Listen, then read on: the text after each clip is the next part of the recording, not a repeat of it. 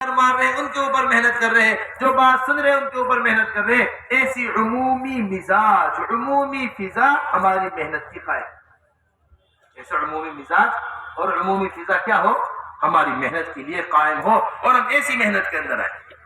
حضور اکرم صلی اللہ علیہ وسلم ایسی عمومیت میں رہا کرتے تھے، ایسا مزاج حضور اکرم صلی اللہ علیہ وسلم کا تھا. کوئی خاص طبقہ، خاص علاقے کے لیے محنت نہیں کی، ہر انسان کے لیے محنت. اس واسطے میرے محترم دوستو، اس وقت کی سب سے بڑی ضرورت یہ ہے کہ ایسی انفرادی دعوت میں اپنے آپ کو اللہ کے راستے میں نکل کر لگانا ہے، جیسے حضور اکرم صلی اللہ علیہ وسلم اپنے آپ کو انفرادی دعوت کے اندر لگایا کرتے تھے. ایسی محنت ہمیں اللہ کے راستے میں نکل کر کرنی ہے. دعوت سے ایمان بنتا ہے، ایمان سے اعمال میں طاقت پیدا ہوتی ہے. ہماری بات سمجھنا اچھی طریقے سے.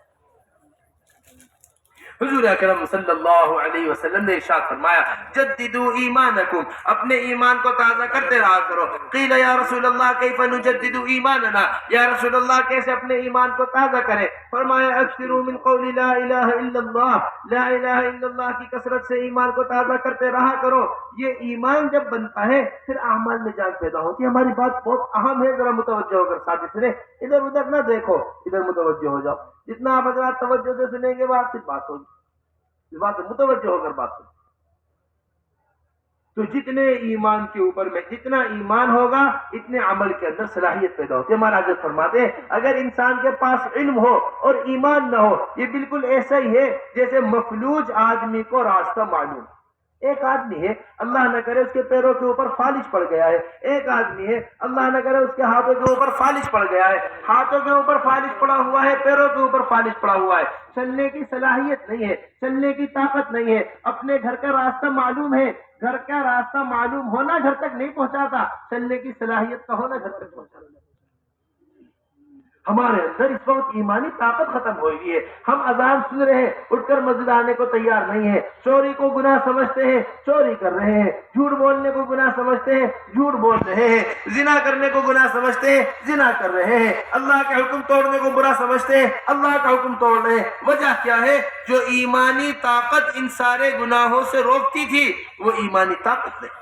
تابعی آئے ابن مسعود کے پاس اور آ کر کہنے لگے جو قرآن آپ نے پڑھا ہے وہ قرآن ہم نے پڑھا ہے، جو حدیثیں آپ نے سنی ہے وہ حدیثیں ہم نے سنی ہے، پھر ہمارا اور آپ کے درمیان میں اتنا بڑا فرق کیسے ہے عمل کے اعتبار سے؟ ابن مسعود نے فرمایا دیکھو بھتیجے بات یہ ہے، تعلمنا الایمان ثم تعلمنا القرآن، ہم نے سب سے پہلی چیز ایمان کو سیکھا تھا، پھر ہم نے قرآن کو سیکھا. جیسا جیسا قرآن نازل ہوتا چلا گیا ایمان ہمارا مزین ہوتا. ایمان مستقل طور پر محنت چاہتا ہے. ایمان جو بنتا ہے وہ تکالیف سے بنتا ہے، ایمان جو بنتا ہے وہ مجاہدوں سے بنتا ہے. حضرات صحابہ نے جو تکالیفیں اٹھائی ہیں وہ ایمان کے واسطے اٹھائی ہیں. دنیا کے واسطے تکلیف اٹھانے والا نہیں ملے گا کوئی. ایمان تتغذى بالمجاہدۃ والمشقہ، ایمان کو جو غذا ملتی ہے مجاہدوں سے ملتی ہے، ایمان کو جو غذا ملتی ہے مشقتوں سے ملتی ہے. ہم مجاہدے کرتے ہیں دنیا کے واسطے، ہم مشقتیں اٹھاتے ہیں دنیا کے واسطے. محبت ہمیں دنیا سے ہے، محبت ہمیں دین سے نہیں.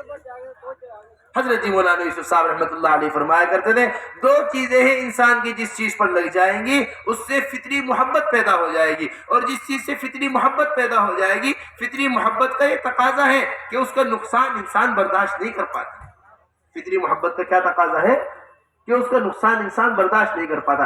ایک ہے جان، جس چیز کے اوپر جان لگے گی اس سے فطری محبت پیدا ہوگی، جس چیز کے اوپر مال لگے گا اس سے فطری محبت پیدا ہوگی، جس چیز کے اوپر وقت لگے گا اس سے فطری محبت پیدا ہوگی. یہ بڑی بنیادی چیز ہے. حضرات صحابہ رضی اللہ مجمعین کی یہ تینوں چیزیں دین کے اوپر لگا کرتی تھی. جان دین کے اوپر لگ رہا ہے، مال دین کے اوپر لگ رہا ہے، وقت دین کے اوپر لگ رہا. ابھی ہم نے آپ کو عبداللہ ابن حذافہ کا واقعہ سنایا تھا، اسے کہتے ہیں جان کا لگانا. حضرت ابوبکر رضی اللہ تعالیٰ عنہ کا واقعہ رات بھی سنایا تھا کہ جتنا بھی مال تھا سب لے کر اللہ کے راستے میں نکل گئے. حضور اکرم صلی اللہ علیہ وسلم نے ایک موقع پر پوچھا ابوبکر کیا لے کر آئے ہو؟ یا رسول اللہ پورا گھر میں جتنا مال تھا سب لے کر آ گیا ہوں، اللہ کے رسول کا نام گھر میں چھوڑ کر آیا ہوں. اے عمر کیا لے کر آئے ہو؟ یہ آدھا مال لے کر آ گیا ہوں. یہ حضرات صحابہ رضی اللہ مجمعین کی مال لگانے کی ترتیب ہے. وقت سب کا سب اللہ کے راستے میں لگا کرتا تھا.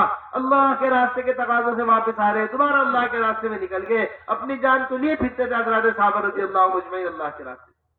تو میرے محترم دوستو، یہ تینوں چیزیں جب لگ رہی تھی دین کے اوپر تو دین سے ایسی محبت پیدا ہوئی. اَيَنْقُصُ الدِّينُ وَأَنَا حَيٌّ، یہ ابو بکر رضی اللہ تعالیٰ عنہ فرما رہے ہیں دین مٹ رہا ہو اور ہم زندہ رہیں، ایسا نہیں ہو سکتا.